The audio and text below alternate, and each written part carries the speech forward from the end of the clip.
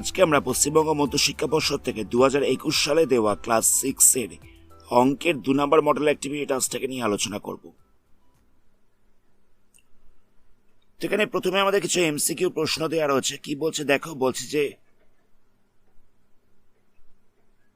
0.3 আর 0.5 এই দুটোকে গুণ করলে গুণ ফলে দশমিক বিন্দু বসবে ডান দিক থেকে 1 ঘর আগে, 2 ঘর আগে, 3 ঘর আগে, 4 ঘর আগে।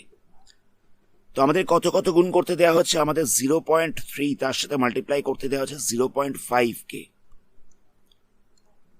তো দশমিকের গুণ কিরকম ভাবে করতে হয় আমরা এর আগে শিখেছিলাম।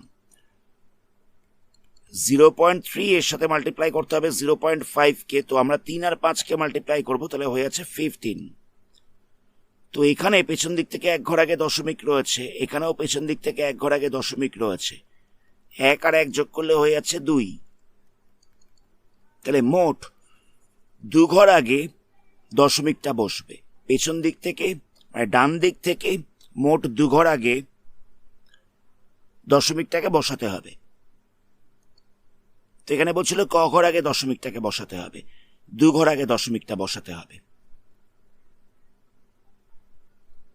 নেক্সট কোশ্চেনে কি বলছে দেখো, বলছে যে 1.8 মিটার ইকুয়াল টু হচ্ছে কত সেন্টিমিটার। মানে 1.8 মিটারকে আমাদের সেন্টিমিটারে চেঞ্জ করতে হবে। তো মিটার থেকে সেন্টিমিটারে যাওয়ার জন্য 100 দিয়ে গুণ করতে হয়, মিটার থেকে সেন্টিমিটারে যাওয়ার জন্য 100 দিয়ে গুণ করতে হয়। তো এখানে দেখো এই পয়েন্টটাকে তুললে তলায় একটা 10 বসবে। কেন না 1 ঘর আগে পয়েন্ট ছিল, তো এখানে 1 ঘর আগে পয়েন্ট ছিল বলে সেই কারণে আমরা তলায় 10 বসিয়েছি। ইনটু হচ্ছে 100। তো এখান থেকে একটা 0 ক্যান্সেল হয়ে যাবে, তাহলে কত পাওয়া যাচ্ছে 180 এত সেন্টিমিটার হয়ে যাচ্ছে। 18 ইন্টু 10 মানে হয়ে যাচ্ছে 180 সেন্টিমিটার। তাহলে অপশন হচ্ছে বি এরটা। নেক্সট কোশ্চেনে কি বলছে, বলছে 10% মানে শতকরা 100, 100/10, প্রতি 100-র মধ্যে 10, শতকরা 10%। এখানে যদি শতকরা 10 লেখা থাকতো তাহলে এই অপশনটা কারেক্ট হতো, কিন্তু এখানে লেখা হচ্ছে শতকরা 100, তাই এটা হচ্ছে ভুল। এখানটায় যদি 10/100 লেখা থাকতো তাহলেও এটা কারেক্ট হতো, কিন্তু এখানে লেখা হচ্ছে 100/10, তাহলে এই অপশনটা হচ্ছে ভুল। শতকরা 10%, শতকরা 8% দুটো কথা একসাথে বসে না। এরকম ভাবে লিখতে হয় যে শতকরা 10, হয় শতকরা 10 লিখবো অথবা 10% লিখবো। মানে কথাটাকে এরকম ভাবে লেখা যায় যে হয় শতকরা 10, না হয় লিখছি 10%, দুটোকে একসাথে লেখা যায় না। তাই ডি এর অপশনটা হচ্ছে কারেক্ট, ডি এর অপশনটা হচ্ছে ভুল। 10% মানে হচ্ছে প্রতি 100-র মধ্যে 10, অপশন সিটা হচ্ছে কারেক্ট। নেক্সট কোশ্চেনে বলছে নিচের কোন আকৃতিটি আয়তঘন নয়। অপশনে কি কি দিয়েছে, ইট রয়েছে, লুডোর ছক্কা রয়েছে, বই রয়েছে আর বোতল রয়েছে। তো আয়তঘনর 6খানা তল থাকে, একটা আয়তঘনর 6খানা তল থাকে। কিরকম দেখতে হয়,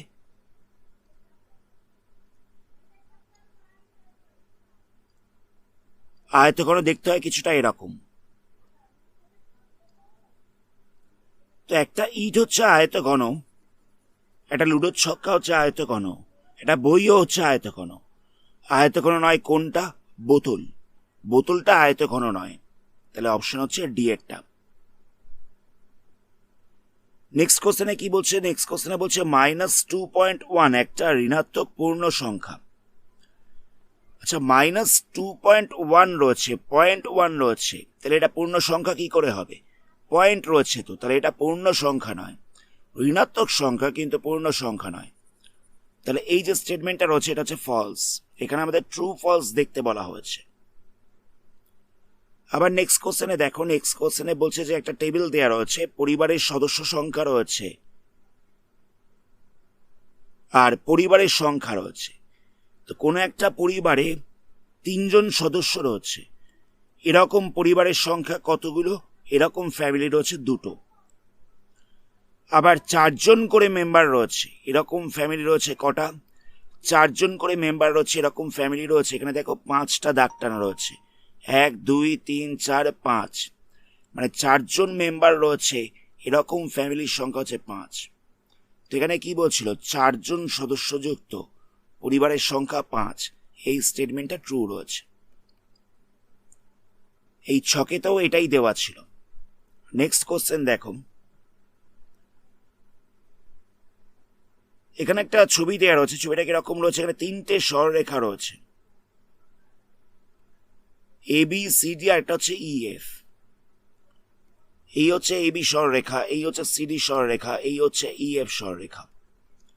এটা হচ্ছে এ বি, এটা হচ্ছে সি ডি, এটা হচ্ছে ই এফ। এবার এখানে কি বলছে? এখানে বলছে 3টে সরলরেখা সমবিন্দু। সমবিন্দু কাকে বলে? যখন অনেকগুলো সরলরেখা একটাই বিন্দু দিয়ে যাবে তখন তাদেরকে বলা হবে সমবিন্দু। সমবিন্দু সরলরেখা কাকে বলা হবে? না, যখন অনেকগুলো সরলরেখা একটা মাত্র বিন্দু দিয়ে যাবে তাকে বলা হবে সমবিন্দু সরলরেখা। তো এখানে দেখো A B R C D সমবিন্দু রয়েছে, কিন্তু ইএফটা সমবিন্দু নয়। ইএফটা এই পয়েন্ট দিয়ে যাচ্ছে না কিন্তু, তো সেই কারণে A B C D E F সমবিন্দু নয়। তাহলে এই স্টেটমেন্ট হচ্ছে ফলস। নেক্সট কি বলছে দেখো, একটা আয়তকার চিত্র দেওয়া রয়েছে, বলছে এর পরিসীমা হচ্ছে 12 সেন্টিমিটার। আচ্ছা, এখানে দৈর্ঘ্য দেওয়া রয়েছে 8 সেন্টিমিটার, প্রস্থ দেওয়া রয়েছে 4 সেন্টিমিটার। তো এখানে দৈর্ঘ্য বলছে 4 সেন্টিমিটার, দৈর্ঘ্য বলছে 8 সেন্টিমিটার,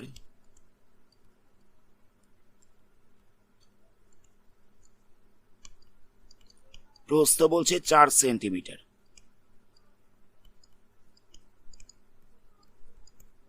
তাহলে পরিসীমা বার করার ফর্মুলা কি? পরিসীমা বার করার ফর্মুলা হচ্ছে 2 ইন্টু দৈর্ঘ্য প্লাস প্রস্থ। এটা হচ্ছে আয়তক্ষেত্রের পরিসীমা বার করার ফর্মুলা। আয়তক্ষেত্রের পরিসীমা বার করার ফর্মুলা হচ্ছে 2 ইন্টু দৈর্ঘ্য প্লাস প্রস্থ। তাহলে কত হবে? 2 ইন্টু দৈর্ঘ্যের জায়গায় বসবে 8, প্রস্থের জায়গায় বসবে 4। তাহলে কত হচ্ছে? 2 ইন্টু 12, মানে এই দুটোকে যোগ করে দেওয়া হচ্ছে, তাহলে মাল্টিপ্লাই করলে হচ্ছে 24 এত সেন্টিমিটার। তাহলে আয়তকার চিত্রের পরিসীমা হয়ে যাচ্ছে 24 সেন্টিমিটার, কিন্তু এখানে কত দেওয়া ছিল? এখানে দেওয়া ছিল 12 সেন্টিমিটার। তাহলে এই স্টেটমেন্টটা ফলস রয়েছে। নেক্সট কোশ্চেনে কিছু চিত্র দেওয়া রয়েছে, তো বলছে এদের ভূমিগুলো কিরকম আকৃতির। দেখো এই যে চিত্রটা রয়েছে এর ভূমিটা দেখো, এটা হচ্ছে ত্রিভুজ আকৃতির। যে অংশটা মার্কিং করা হচ্ছে এটা হচ্ছে দেখো ত্রিভুজ আকৃতি, তাহলে আমাদের স্তম্ভ মেলাতে হচ্ছে এটার সঙ্গে, তাহলে বসবে ত্রিভুজ আকৃতি। পরের ছবিটা দেখা যাক। এখানে এই যে ভূমিটা হচ্ছে চতুর্ভুজ আকৃতির, এই অংশটা দেখো, দেখলে বুঝতে পারবে এটা হচ্ছে চতুর্ভুজ আকৃতি। তাহলে এটার সাথে বসবে চতুর্ভুজ আকার। তারপরের যে ছবিটা রয়েছে সেই ছবিটার ভূমিটা হচ্ছে এটা, এই অংশটা হচ্ছে ভূমি। তাহলে এই ভূমিটায় কটা বাহু রয়েছে? দেখো 5খানা বাহু রয়েছে, 1 2 3 4 5, 5খানা বাহু রয়েছে। তাহলে এটার ভূমিটা হয়ে যাচ্ছে পঞ্চভুজ আকার। আর এই ছবিটার ভূমিটাকে যদি দেখা যায় তাহলে দেখতে পাবে এখানে 6খানা বাহু রয়েছে। এই হচ্ছে একটা বাহু, এই হচ্ছে দুটো, এখানটা রয়েছে 1টা 3টে 4টে 5টা, আর ওপরে রয়েছে 1টা 6টা। তাহলে এখানে মোট 6টা বাহু রয়েছে ভূমিতে। তাহলে এর ভূমিটা হচ্ছে ষড়ভুজ আকার। নেক্সট কোশ্চেনে কি বলছে? বলছে 145 এবং 232 সংখ্যা দুটোর গসাগু নির্ণয় করো, এবং গসাগুর সাহায্যে এদের লসাগু নির্ণয় করতে হবে। সংখ্যাগুলো বলছে 145 আর 232।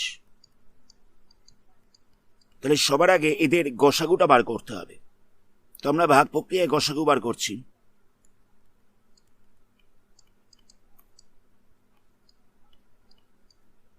প্রথমটা যাবে 1 দিয়ে, তাহলে এখানটা হচ্ছে 145, তাহলে মাইনাস করলে কত হচ্ছে 232 মাইনাস 145, 232 মাইনাস 145 করলে পাওয়া যাচ্ছে 87। আবার 87কে দিয়ে ভাগ করতে হবে 145কে, 1 দিয়ে যাবে, তাহলে মাইনাস করলে কত হবে 87 মাইনাস 145, তাহলে এখানটা পাওয়া যাচ্ছে 58, 58কে দিয়ে ডিভাইড করতে হবে 87কে, তাহলে যাবে 1 দিয়ে, তাহলে এখানটা হচ্ছে 58 মাইনাস করলে হচ্ছে 29, 29কে দিয়ে 58কে ভাগ করতে হবে,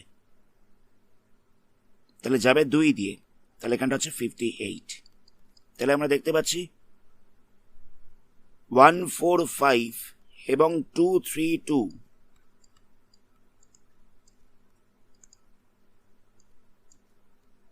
এর গসাগু হচ্ছে 29। নেক্সট আমরা কি করব, সংখ্যা দুটোর গুণফল বার করছি।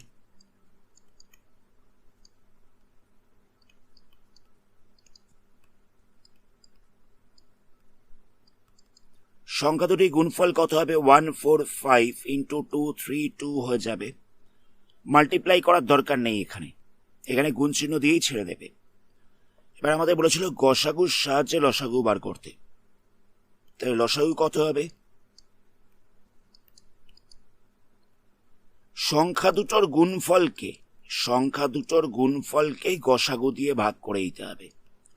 সংখ্যা দুটোর গুণফল ছিল এটা আর গসাগু ছিল এটা, তো সংখ্যা দুটোর গুণফলকে গসাগু দিয়ে আমরা ভাগ করে দেব।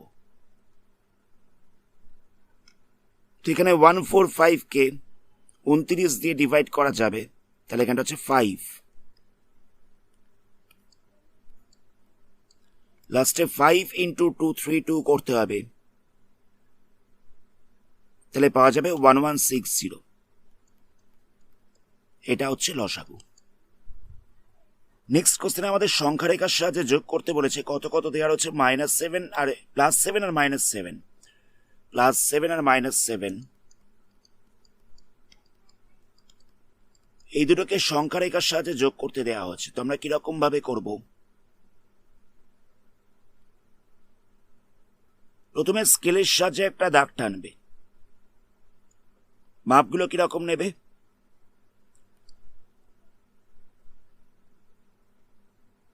এটা হচ্ছে 0, এটা হচ্ছে 1, এটা 2, এটা 3, এটা 4, 5, 6, 7 এরকম ভাবে, 1 সেন্টিমিটার, 2 সেন্টিমিটার, 3 সেন্টিমিটার, 4, 5, 6, 7 এরকম মাপগুলো বসাবে। তো আমাদের বলেছিল +7 অবধি, আমাদের প্রথমে 0 থেকে যেতে হবে +7 অবধি। +7 বলতে হচ্ছে এই জায়গাটা, এটা হচ্ছে +7। নেক্সট আবার বলছে এর সাথে যোগ করতে হবে -7কে যোগ করতে হবে। এখানে যদি +7 দেওয়া থাকতো, তাহলে আমরা কি করতাম, এই দাগটাকে আরো 7 ঘর ডান দিকে বাড়িয়ে দিতাম।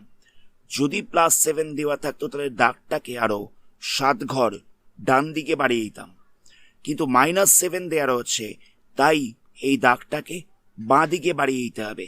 কত ঘর না 7 ঘর।